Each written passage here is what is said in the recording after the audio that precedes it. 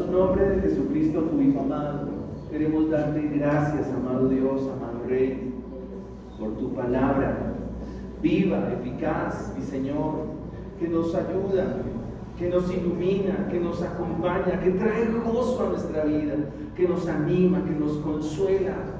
Tu palabra, Señor, el pastor guía a la iglesia solamente a través de su palabra.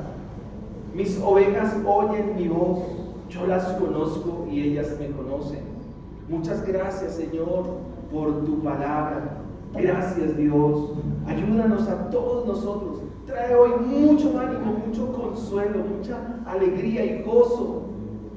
Oh Dios, la justicia retributiva nos dice que si hemos obrado mal, eso es lo que merecemos, que se nos pague conforme a nuestra maldad. Pero tu palabra ya nos dice en toda la escritura que tú no has pagado conforme a nuestra maldad, que no has pagado conforme a nuestra iniquidad, sino que todo lo contrario, nos has mostrado mucha misericordia, nos has dado inmensa misericordia.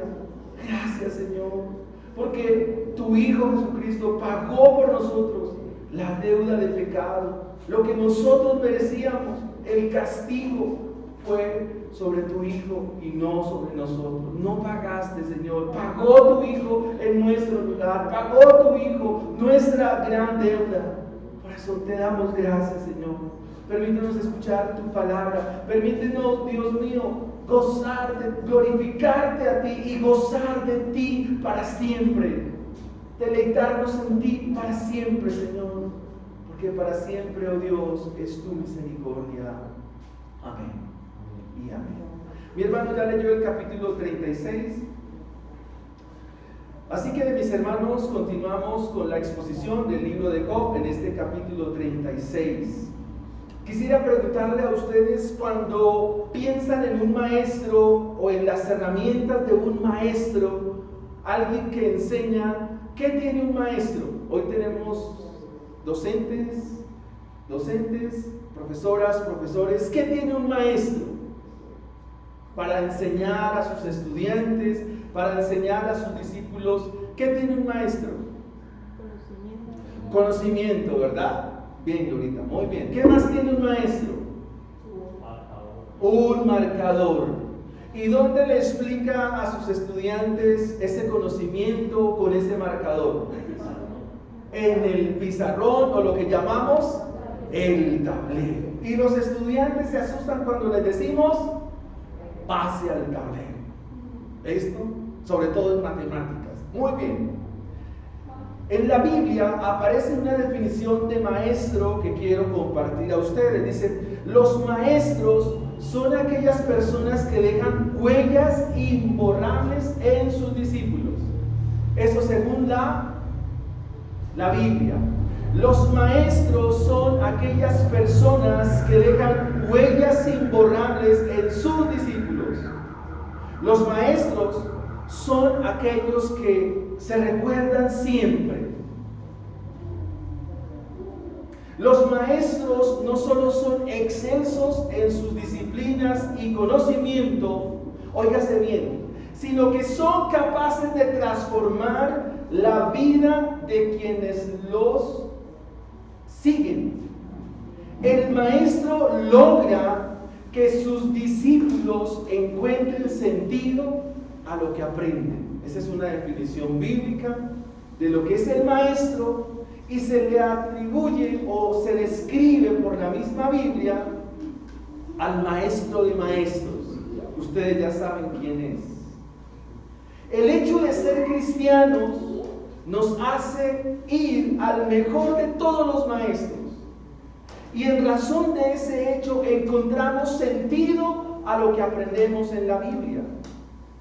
Esto que aprendemos tenemos que llevarlo a la práctica, y para que la huella quede debe haber una coherencia entre lo que hemos aprendido y lo que hacemos continuamente. El ejemplo es la clave.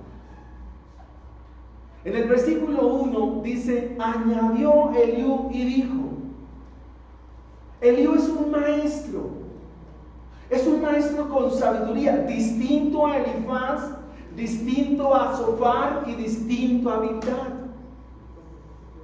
Entonces dice el versículo 1, añadió Eliú y dijo, espérame un poco y te enseñaré. Fíjese cómo se presenta Eliú, como alguien que enseña, porque todavía tengo razones, tengo argumentos para defender ¿a quién?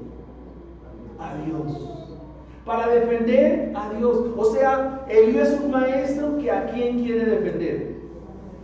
A Dios. Esa es la teología de Eliú. La intención de Eliú es mostrarle a Job que aún tiene motivos, argumentos, razones para hablar en defensa de Dios. Esas razones las va a escribir o las va a plantear en este capítulo 36 como maestro. El versículo 3 dice, tomaré de mí. ¿De dónde toma Eliú? ¿Qué dice el texto? Va a tomar de mí saber, o sea, lo que yo sé. ¿Y tiene que ver con un maestro, sí o no? Glorita nos dijo acertadamente que un maestro, ¿qué es lo que hace? Enseñar un conocimiento. Ahora, ¿cuál conocimiento? Si ustedes miran el versículo 22, he aquí que Dios es excelso. Ese es un atributo de Dios, mis hermanos. Un paréntesis. Lo que ha hecho el libro de Job es describirnos a Dios en sus perfecciones. Y esta es una perfección de Dios, que Él es excelso. ¿Y qué significa que Dios es excelso? Que es de un conocimiento elevado. Es de un conocimiento muy alto. De un conocimiento indescriptible. Dios es excelso. Y el versículo 22, la parte dice, ¿qué enseñador semejante a Él? ¿Quién pudiera enseñarnos mejor que Él? Y ese es el título del sermón. Dios, el excelso e incomparable maestro. Dios, el excelso e incomparable maestro. Eso es lo que nos va a presentar Eliú en esta mañana. Que Dios es excelso, que Dios es incomparable y que Dios es un gran maestro. Ahora preguntémonos, hermanos, en esta mañana, si Dios es un maestro, ¿quién puede enseñarnos mejor? ¿Quién puede indicarnos un camino mejor? ¿Quién puede señalarnos qué paso tenemos que dar? ¿Quién? ¿El pastor?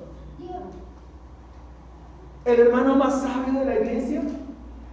No, nuestro maestro es Dios. Nuestro maestro es Jesucristo. Y es un gran maestro, es un gran pedagogo. Porque Él usa de la sabiduría que Él mismo ha dejado, de la naturaleza de la cual se nos habla del versículo 24 en adelante. Cuando quiso hablar a las multitudes, dijo, he aquí salió el sembrador a sembrar. ¿Qué estaba usando? ¿Qué recurso? De la naturaleza. Si usted lee el versículo 24 hasta el 33, donde nos aparece la sección del tercer punto, es la misma naturaleza, la que Dios usa para enseñar a quién, a su pueblo. Él dijo, miren las aves del cielo. ¿Y quién creó las aves? Él. Así que, mis hermanos, Eliú nos va a presentar a Dios como ¿quién? ¿Cómo nos va a presentar Eliú a Dios? Como el Dios excelso, de un conocimiento elevado, que es incomparable y es un gran maestro. Dios es excelso e incomparable y un excelente maestro. Así que eso es lo que hace Eliú. Eliú está diciendo, mira mi saber, mira mi sabiduría, mira mi enseñanza. Y quiero presentar entonces mi primer punto a ustedes en esta mañana, del versículo 5 al versículo 16. En primer lugar, veamos que Dios, cual gran maestro, cual gran pedagogo, nos quiere enseñar su justicia, su enseñanza justa. Dios nos quiere enseñar que su enseñanza es justa. Y nos va a presentar 3 tópicos en este primer punto. Su enseñanza es justa. Y nos lo va a mostrar cómo Dios enseña a la humanidad en general. Luego nos va a presentar cómo enseña a los justos y cómo enseña a los pecadores. Ese es el primer punto. Cómo Dios enseña a toda la humanidad, cómo Dios enseña a los justos, pudiéramos decir a los creyentes. Y en tercer lugar, cómo Dios enseña a los pecadores. ¿Qué le enseña a los pecadores? Así que el versículo 5 dice: he aquí que Dios es grande. Esa es una enseñanza para toda la humanidad. Que Dios es grande y que no desestima a nadie, que Él es poderoso en fuerza y sabiduría. El capítulo 38 va a describir esa grandeza de Dios. En cuanto a Dios, Él no desestima a nadie. ¿A qué se refiere? Que en la justicia retributiva, Dios no escatima si te portas bien. Bueno, si te portas bien o te portas mal, ese no es el interés de Dios. Finalmente lo que Dios va a hacer, pagarle a todos conforme a cómo se merecen. O sea, en cuanto a los juicios, no hay quien pase de agache. En cuanto al juicio, no hay quien se pueda esconder de ese juicio. En cuanto al juicio, no hay quien se le pueda esconder y decir: no, Señor, tú a mí no me puedes juzgar. En ese sentido es que Dios no desestima a nadie. El apóstol Pablo lo diría en su carta a los romanos: oh hombre, quien quiera que seas tú, no tienes excusa. Eres inexcusable delante de Dios. Pero eso ya es a la luz de toda la revelación. O sea, la enseñanza de Dios es que delante de Él nadie se puede excusar. Nadie puede franquearse su justicia. El versículo 6 dice: no otorgará vida al impío, pero a los afligidos dará su derecho. Recuerde que Dios está enseñando ¿a quién? A la humanidad. Que en su enseñanza justa, Dios no otorga vida al impío. Y la pregunta obligada acá es: ¿de qué vida estamos hablando? Porque si miramos los transeúntes que están pasando por el frente nuestro, son personas que están vivas, vivitas y... La pregunta es: ¿qué clase de vida es la que se refiere el texto?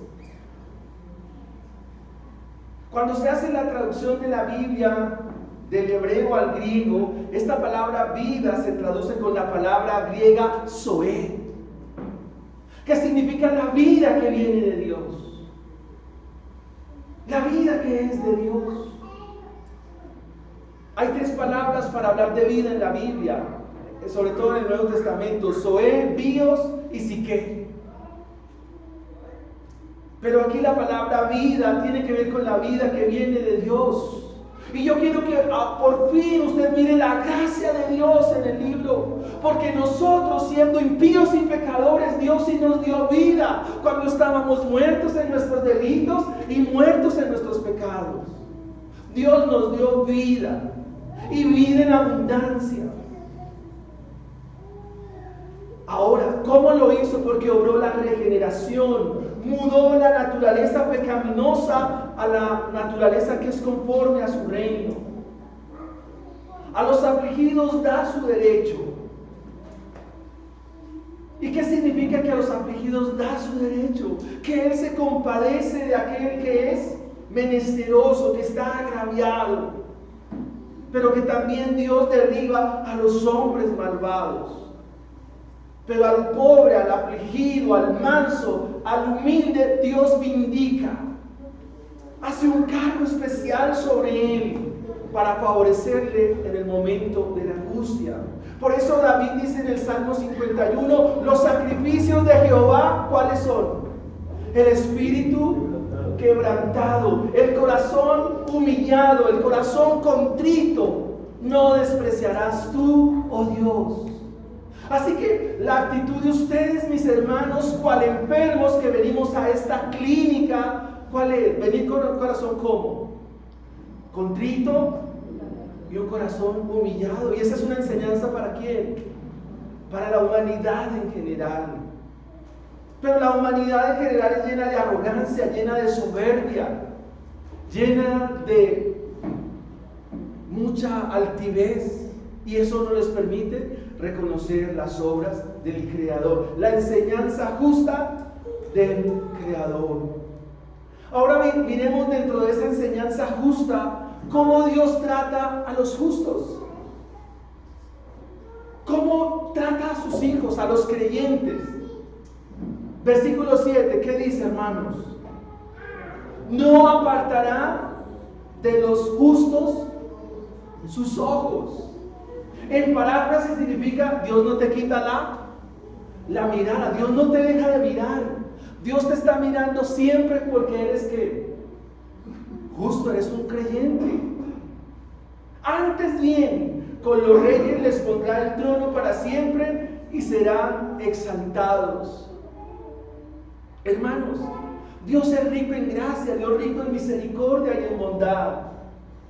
En la Biblia se nos registran 3 personajes de mucha admiración y por supuesto de mucho respeto por su manera como viven la justicia de Dios, o viven en la justicia de Dios. Los encuentran en el libro de Daniel. Sus nombres son Misael, Azarías y Ananías. Estos 3 jóvenes fueron llevados a Babilonia y los ojos de Dios estaban sobre ellos. ¿Y en dónde fueron puestos? Fueron puestos en lugar de eminencia. ¿Por qué? Porque se cumple lo que la palabra del Señor dice. Antes bien, con los reyes los pondrá en tronos para siempre. Si yo les pregunto a ustedes cuál es el personaje principal del libro de Esther, ¿quién es? No me vaya a decir que es Esther, porque no es Esther. Es Mardoqueo. Mardoqueo es un hombre que hace algo por el rey que antecede a quién. ¿Cómo se llamaba el rey de Esther? El rey Asuero. El rey no tenía sueño y le dijo a su criado: tráigame el libro, y se comienza a leer y encuentra que un hombre, un hijo de Dios llamado Mardoqueo, libró al rey que le había antecedido. Y dice: ¿este hombre dónde está? ¿Cómo le han pagado a este hombre? Y por las obras de Dios a través de Mardoqueo, entonces es lo que conocemos como el libro de Esther. Versículo 8. ¿Cómo Dios enseña a los justos que si tuvieren prendidos en grillos y aprisionados en las cuerdas de aflicción, ¿qué hará Dios? ¿Qué hace Dios con nosotros cuando estamos viviendo momentos amargos, momentos difíciles? Estas metáforas que están aquí, los grillos y las cuerdas como atrapados, es sinónimo de sufrimiento. ¿Qué hace Dios cuando estamos en momentos críticos, difíciles, adversos, que no podemos? ¿Qué hace Dios? ¿Se desentiende de nosotros? ¿O Dios le dice: eso le pasa? ¿Si es que usted no se porta bien? No, hermanos. Dice el versículo 9, dice que cuando pasa eso, el versículo 9 es claro, da la respuesta, dice: Él les dará a conocer la obra de ellos y que prevalecieron sus rebeliones. Ahora, según Eliú, le está enseñando a Job y le está diciendo: mira, ese sufrimiento, esas cuerdas de aflicción que tú estás viviendo, es por alguna razón. O sea, los 4 caen en la justicia retributiva.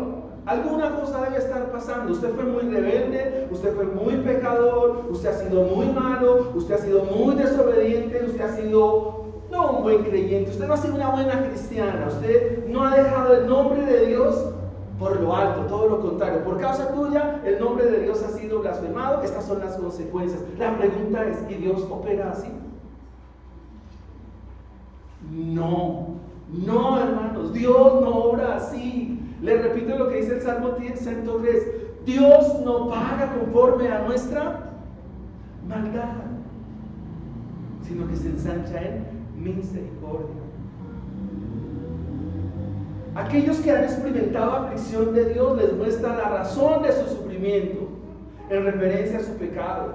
Y si están encadenados y atrapados en una red de dificultad, Él les muestra la causa y le hace ver sus pecados como una manera de su soberbia. Entonces, este gran maestro ha enseñado a la humanidad, ha enseñado a los justos, y ahora va a enseñar a pecadores, incrédulos y creyentes. Versículo 10. Despierta además el oído de ellos para la corrección.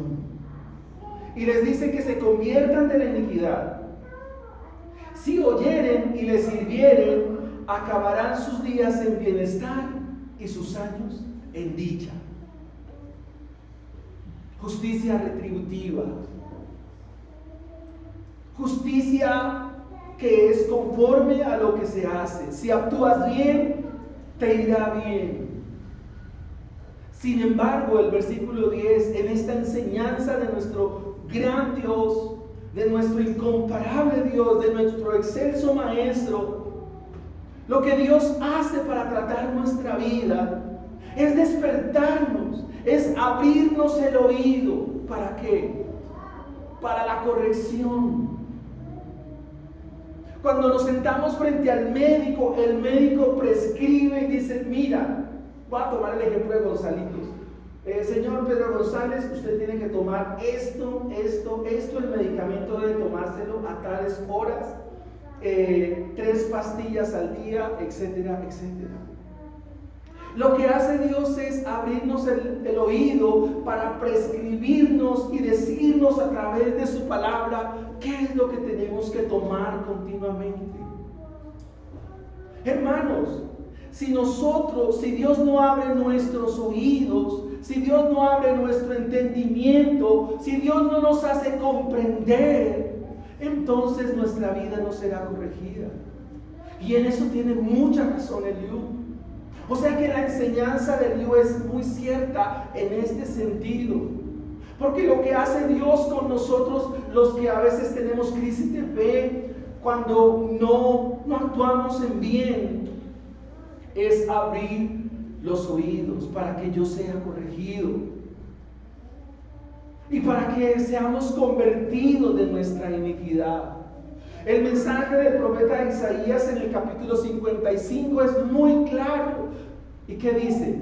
Deje el impío su camino y el hombre inicuo sus pensamientos y vuélvase a Jehová, el cual tendrá de él misericordia. Es el mismo mensaje. Versículo 11. Si oyeren y les sirvieren, acabarán sus días en bienestar y sus años en dicha. ¿Cómo terminará el camino de los justos? Salmo 1, versículo 6. Porque Jehová conoce el camino de los justos, mas la senda de los malos perecerá. El camino de los justos terminará bien. El camino de los justos terminará lleno de día, dice el texto. Sus años acabarán bien. Pero no es bien según este mundo, hermanos. Es bien según Dios. ¿Se va a cumplir en Job esta palabra? Sí. En el capítulo 42, el libro de Job dice, y Job terminó lleno de años. ¿Cuántos años más vivió Job? 140 años. Versículo 12. Pero Dios nos enseña a los pecadores, a los malvados, a los que hacemos y queremos vivir en iniquidad, a los que persistimos en seguir en el pecado, y a los que queremos seguir en la maldad. El versículo 12 nos dice esto: Pero si no oyen, ¿qué va a pasar?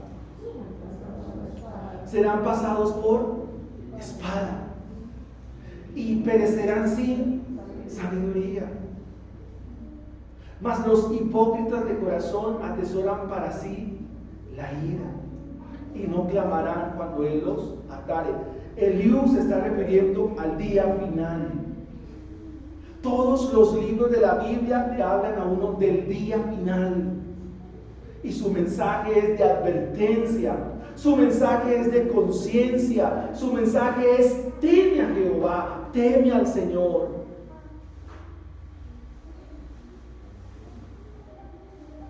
Hermanos, Dios nos llama hoy la atención a que volvamos nuestro corazón a Dios, que abandonemos el pecado, que abandonemos la rebeldía, que abandonemos. Todos tenemos que abandonar lo que estamos haciendo mal delante de Dios. Abandónalo, huye. Cual José, huye. Si no eres fiel, si no te congregas, si te has apartado de la palabra, si te apartas de la Biblia, si te has apartado de la oración. Hermanos, el llamado es para todos. Vuelve a Jehová. Él tiene misericordia. Vuélvete a Jehová, vuélvete al Señor, vuelve a mirar la cruz de Cristo, vuélvete al Calvario, y te aseguro que Dios tiene de ti misericordia, porque esa es una verdad del Evangelio. Versículo 16: asimismo te apartará de la boca de la angustia. Si nosotros hiciéramos un cuestionario de los que hemos venido en esta mañana y nos preguntásemos: ¿cuáles son tus angustias? Hermano, tendríamos que comprar un buen cuaderno para anotar todos los motivos de oración que a cada uno de nosotros nos angustian. ¿Qué nos angustian? La salud, la economía, el dinero, la manutención de nuestras casas, nuestros hijos. Bueno, si hacemos una lista, es interminable. Pero hay una gran verdad: que Dios, por su gracia, por su misericordia, te apartará de la boca de la angustia. Es decir, tu boca no pronunciará situaciones de angustia. A todos nos pasa, a mí me pasa. Y dice la Biblia que a los justos en su enseñanza Dios los libra del apuro y te prepara mesa llena de grosura. ¿En dónde está esa misma expresión poética? Que Dios prepara mesa de grosura, un gran banquete. ¿En dónde está? En el Salmo 23 Él dice: adereza mesa delante de mis angustiadores. Mi copa está rebosando.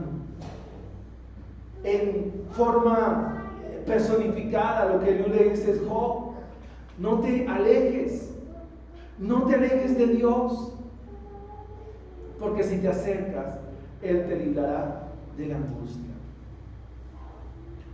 Así que, mis amados hermanos, este incomparable Dios, excelso, maestro, nos ha enseñado el trato con la humanidad en general.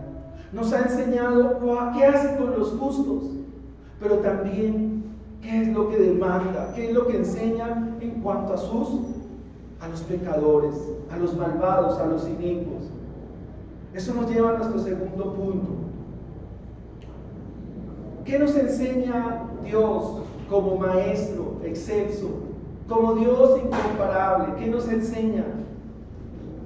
Que no hay mejor maestro que Él.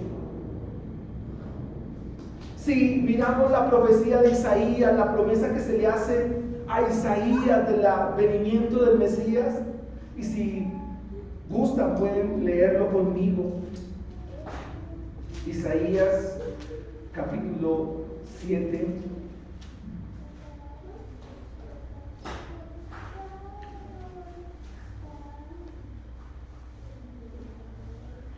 Isaías capítulo 11, versículo 1. Saldrá una vara del tronco de Isaí, un vástago, retoñará sus raíces, y reposará sobre él el espíritu de Jehová, espíritu de sabiduría, de inteligencia, de consejo, de poder, de conocimiento y de temor de Jehová.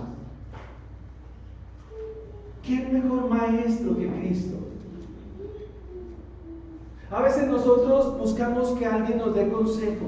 Pregunto, ¿quién es mejor consejero que Cristo? ¿Habrá otro consejero mejor que Cristo? ¿Habrá otro pastor mejor que Cristo?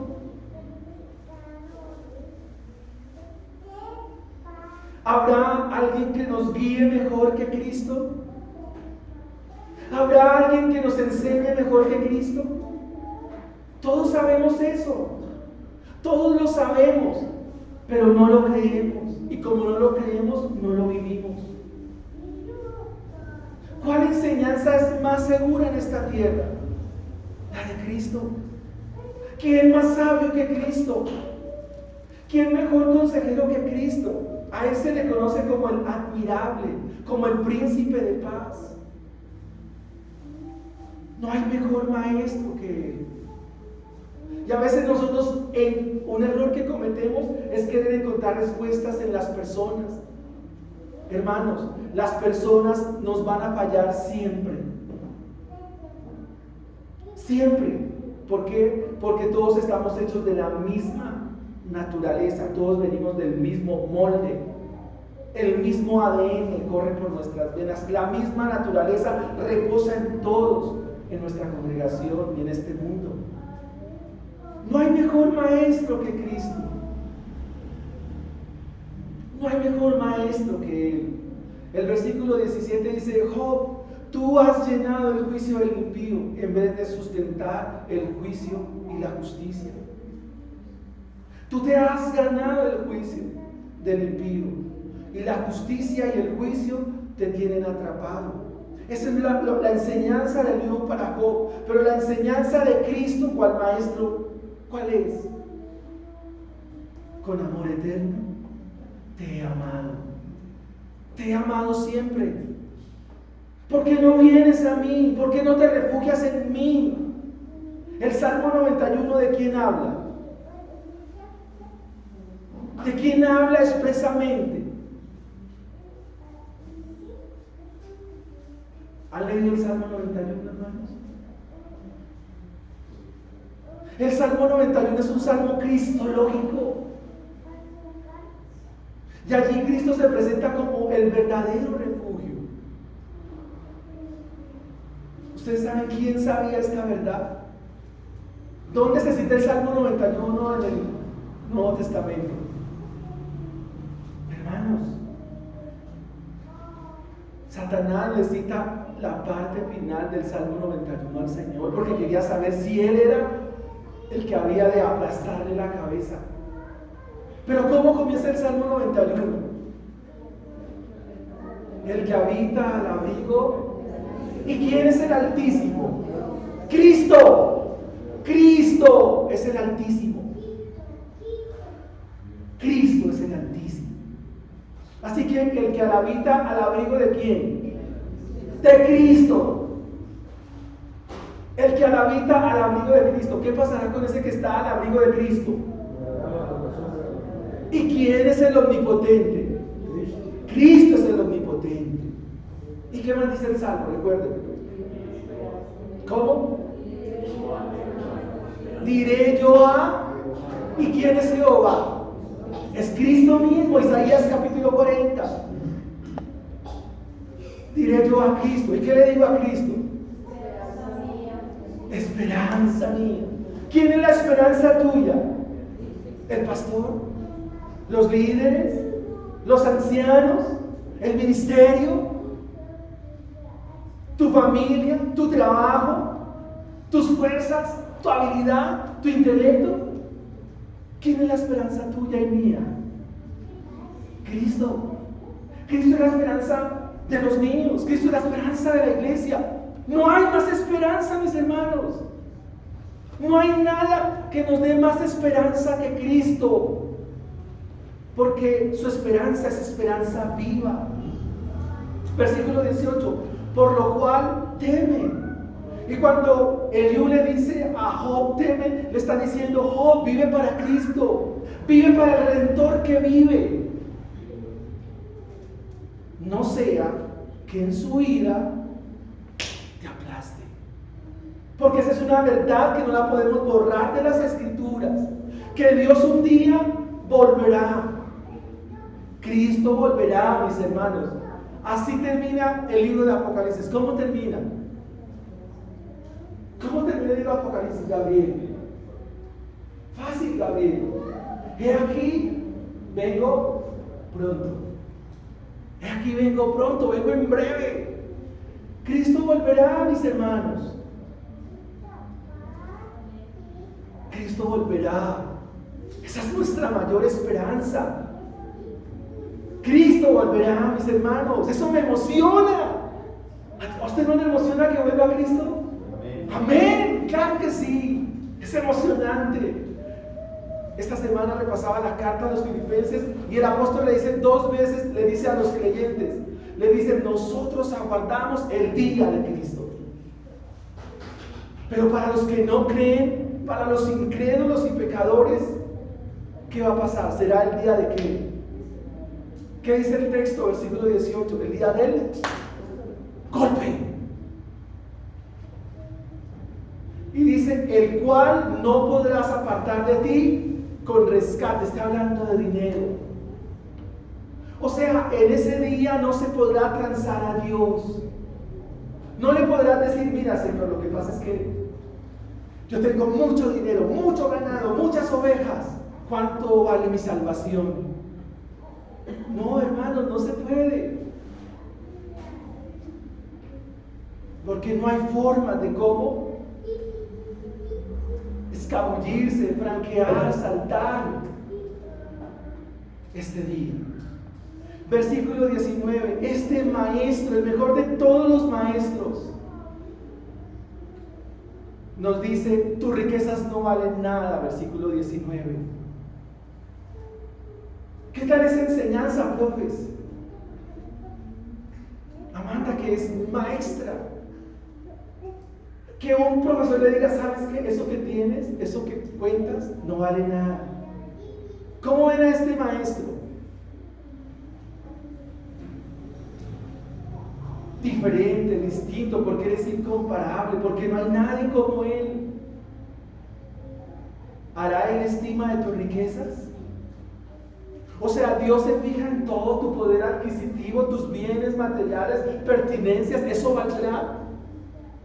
¿Qué dice la Biblia? O todas las fuerzas de tu poder, tus graneros, tus lagares, tus carros, tu industria, tu fábrica. ¿Qué maestro es este? Los fariseos se asombraron de él porque se consternaban ante su enseñanza y decían, pero ¿quién es este rabino? ¿Quién es? Es el maestro de maestros. Es el maestro que nos dice, ¿sabes qué? No hagan sus tesoros ¿en dónde? En la tierra. Porque no son de gran estima. Porque no son de gran valor. Porque se quedarán en esta tierra. Más bien hagan tesoros ¿en dónde? En el cielo, donde ni el orín ni la polilla corrompen. ¡Qué gran enseñanza! Porque es la enseñanza del reino de los cielos, mis hermanos. Es la enseñanza del reino de Dios. Que nuestro tesoro no está en esta tierra. Que nuestro tesoro está ¿en dónde? En los cielos. ¡Qué gran enseñanza! ¿Qué es lo que hace un maestro? Que sus estudiantes, que sus hijos, que su pueblo comprendan el mensaje. Y tú comprendes el mensaje. Que tu tesoro no está aquí, que tu tesoro está en el cielo. Versículo 20. No anheles la noche en que los pueblos desaparecen de su lugar. Guárdate, no vuelvas a la iniquidad, pues esta escogiste más bien que la aflicción. La enseñanza de este maestro, según lo que presenta Eliú, es indicarnos a nosotros que queremos esperar la noche cuando vivimos la aflicción. Y esta semana tuve que aprender grandes lecciones de este versículo. ¿Por qué, mis hermanos? Porque cuando estamos atravesando momentos difíciles, momentos adversos, ¿sabes en quién pensamos nosotros? Cuando estamos pasando momentos crudos, grises, difíciles, que nos asfixian, que nos agotan, que nos consumen, ¿saben en quién pensamos? En nosotros. Y nuestra oración es: Señor, mírame a mí, mírame a mí, mírame a mí. Hermanos, Dios me enseñó en lo personal que no debo pensar tanto en mí, que debo pensar en quién, en los demás. Esa es la enseñanza del reino de los cielos. Porque si todo está en función de mí, ¿qué tipo de evangelio sería ese? Antropocéntrico, yo soy el centro. La tesis de Protágoras: el hombre es la medida de todas las cosas. Y la pregunta es: ¿y quién es la medida de la iglesia? ¿Nosotros, la iglesia? ¿Los ministerios? No, mis hermanos, la medida de la iglesia es Cristo Jesús. Y Cristo nos dice: bueno, tú quieres pensar en mí, piensa en los demás, no pienses tanto en ti. Así que guárdate y no vuelvas a la iniquidad, pues esta escogiste más bien que la aflicción. No esperes más la noche, no esperes más lo que venidero en cuanto al sufrimiento. Y aquí encontré una gran verdad del capítulo 17 de Apocalipsis. ¿Sabe qué va a pasar en aquel día? Que el Señor Jesucristo mismo quitará de nuestros ojos toda lágrima y lo volverá en gozo, porque en eso consiste el mensaje del Evangelio. En que Dios, por su gracia, por su misericordia, por su bondad, cambia nuestro lamento ¿en qué? En gozo. A veces lo cantamos muchos años atrás, no sé si Marquito recuerda esa alabanza: has cambiado mi lamento en gozo, me ceñiste de alegría. ¿No es ese el mensaje del Evangelio? ¿No es eso la esperanza que nos da este Maestro tan sublime, tan glorioso, tan precioso, tan maravilloso como lo es nuestro Señor Jesucristo?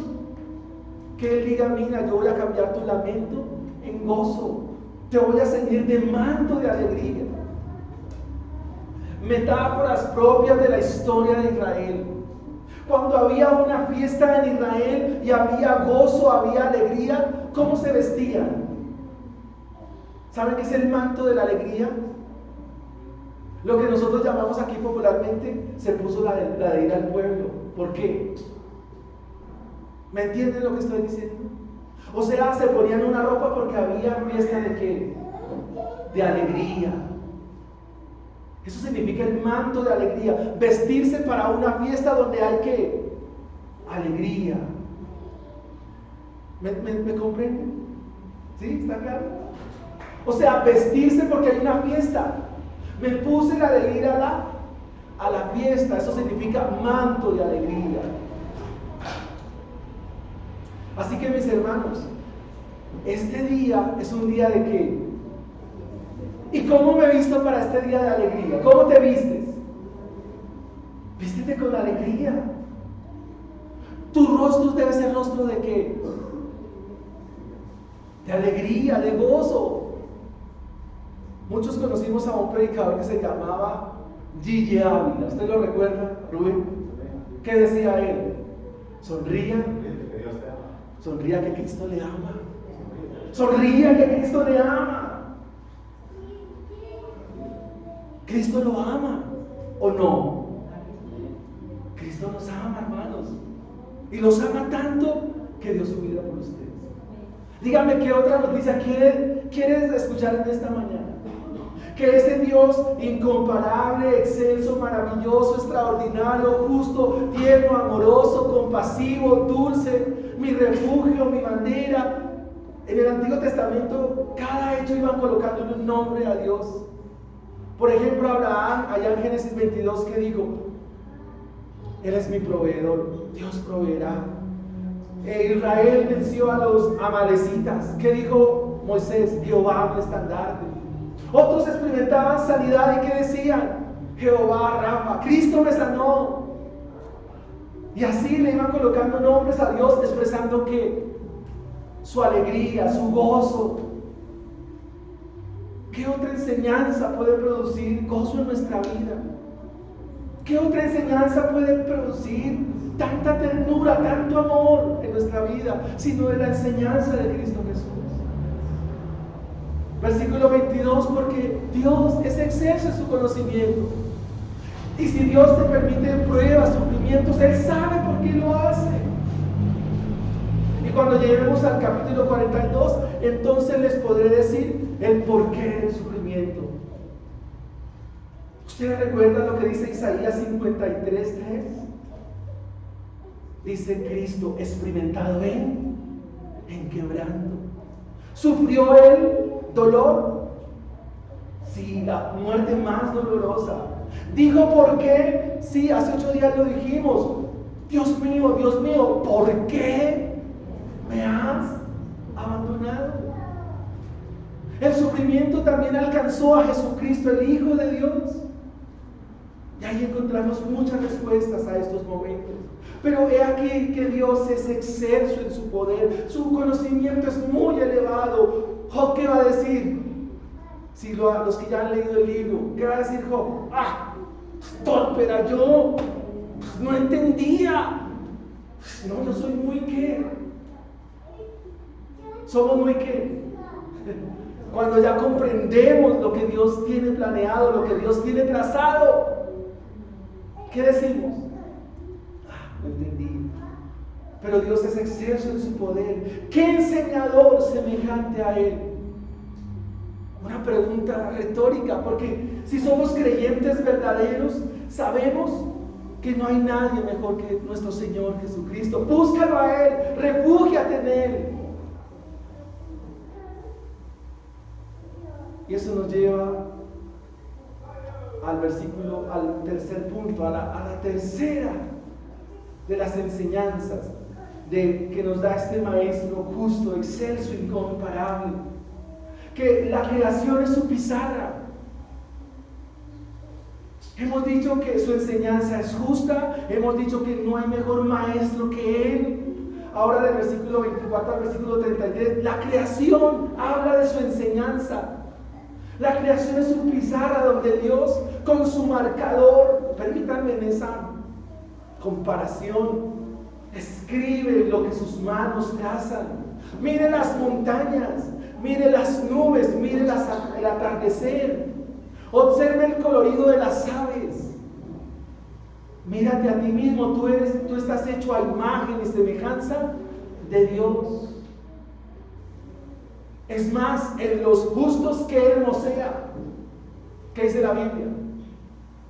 En los justos que hermosea el rostro. Cada rostro es descripción de la mano poderosa de Dios. Así que Dios le dice a Job: acuérdate de engrandecer su obra, la cual contemplan los hombres. Los hombres todos la ven, la mira el hombre de lejos. Y aquí Dios es grande y nosotros no le conocemos. Los cielos cuentan la gloria de Dios y el firmamento que anuncia la obra de sus manos. Sin embargo, el hombre, qué triste, no le conoce.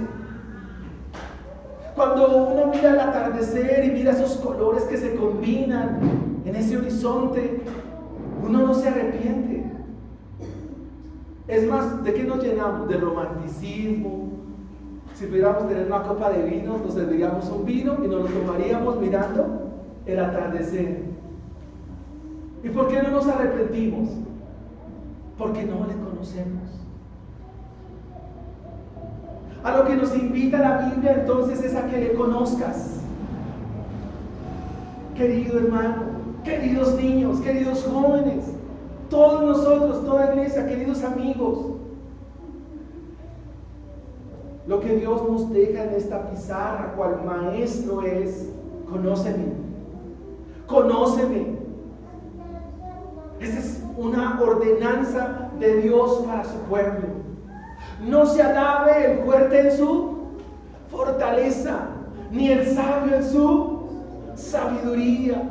Si en algo usted quiere gloriarse y quiere sacar pecho, ¿en qué debe sacar pecho, gloriarse?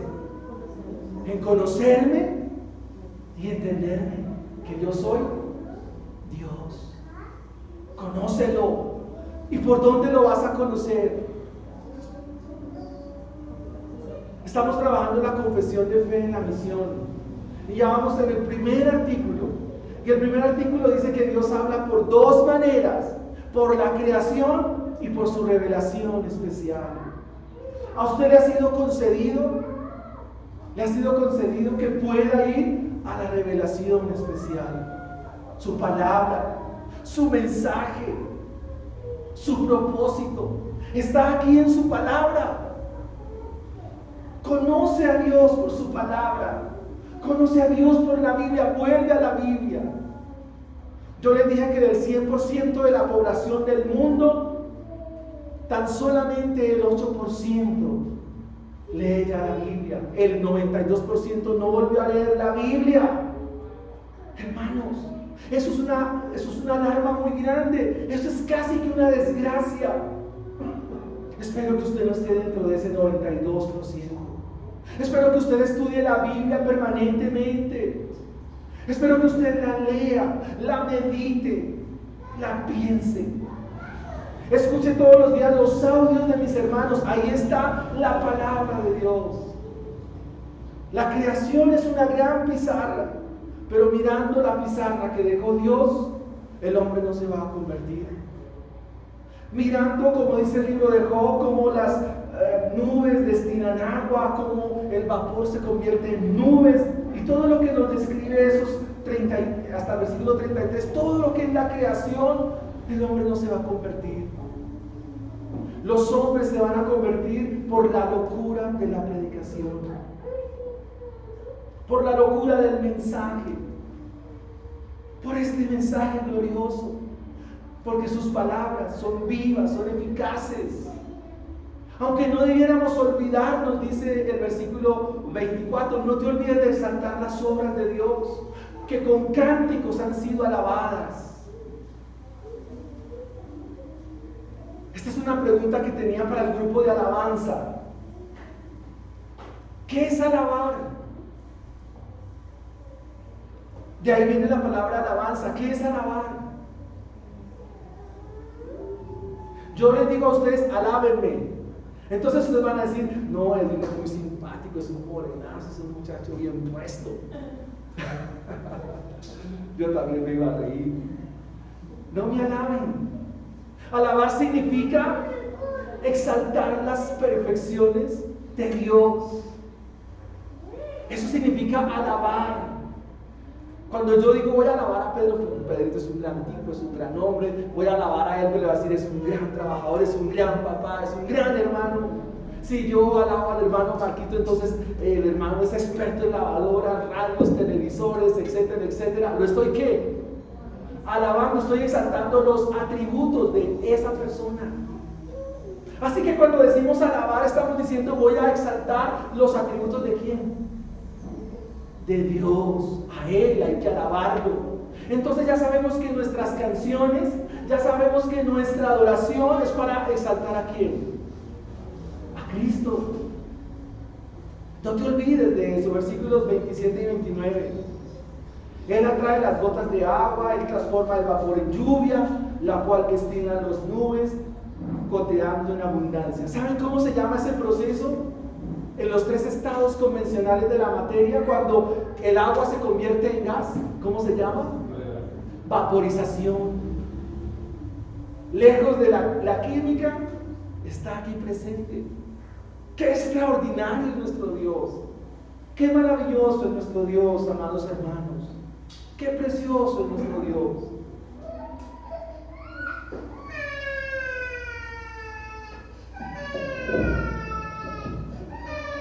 Bien, mis hermanos, y yo te pregunto a ti, ¿qué hizo este maestro incomparable, este maestro excelso, este maestro ¿Qué hizo? ¿A dónde fue? ¿Dónde nos mostró su mejor mensaje? Bueno, eso es un decir. Su más grande mensaje de amor. ¿Dónde lo mostró? En la cruz del Calvario. Muy bien. El mensaje de amor de este maestro, ¿en dónde lo mostró? En la cruz. Su mensaje, su pizarra, su marcador fue en la cruz del Calvario. ¿Y qué te gritó a la humanidad con su mensaje? ¿Qué les dijo? Los amo. Los amo. En Getsemaní, esta semana miraba el mapa de Jerusalén y por donde lo pasaron, hermano. Eso es un largo trayecto, hermanos. Él estaba en el huerto de los olivos o en el monte del Olivar, cerca del arroyo del Cedrón, estaba ahí orando. Y cuando llegan a capturarlo, y él les pregunta: ¿a quién buscan? A Jesús de Nazaret. Y él les dice: yo soy. Y lo capturan y lo llevan hasta el otro lado de la ciudad, hasta la casa de Anás. Eso quedaba lejos, de lado a lado. ¿Cómo lo pasaron? Como un criminal, como un ladrón lo pasearon. ¿Qué estaba diciendo él con su mensaje? ¿Cuál fue su mensaje? Los amo. Pero también él dio otros mensajes. Y él también dijo estas palabras: si alguno quiere ser mi discípulo, ¿qué tiene que hacer? Tome su propia cruz y sígame. Porque en esta tierra, según el mensaje de Eliú y el mensaje de Job, es que los justos sufrimos. Pero gozaos y alegraos, porque vuestro galardón es grande. ¿En dónde? En los cielos. Incline su cabeza y vamos a orar al Señor. Y a darle gracias a nuestro Maestro. A decirle: gracias porque tú eres mi refugio, eres mi esperanza, has sido mi consuelo, eres mi ayudador, mi sustentador, mi proveedor. Todos vamos a orar en esta mañana. Padre, te damos gracias por tu Hijo, porque tu Hijo es el incomparable Dios, es el excelso Dios, el gran Maestro. Es Dios bueno, Dios amoroso, Dios compasivo, Dios hermoso. Gracias por ser tus hijos. Gracias por amarnos. Gracias por bendecirnos, por acompañarnos, por guiarnos, por sustentarnos, Señor. Gracias. Bendiga, mi Señor, a tus hijos. Tú eres el Maestro divino. Tú eres el Maestro excelso por excelencia. Muchas gracias te damos, Señor. Te alabamos, Señor. Te bendecimos. Hoy queremos rendir nuestra vida a ti. Hoy queremos rendir nuestro corazón a ti, decirte: tú eres grande, decirte: no hay Dios, como cantamos, no hay Dios tan grande como tú, no hay Dios tan maravilloso como tú.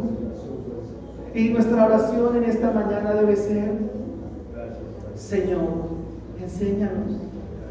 Señor, dirige nuestros pasos. Señor, dirige nuestro camino. Señor, enséñanos, guíanos. Señor, dinos qué pasos tenemos que dar.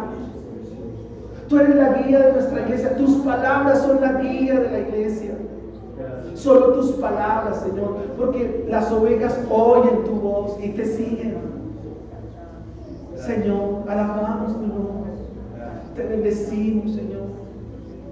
No hay nadie más incomparable que tú. No hay nadie más excelso que tú, oh Dios. Oh Maestro divino, gracias.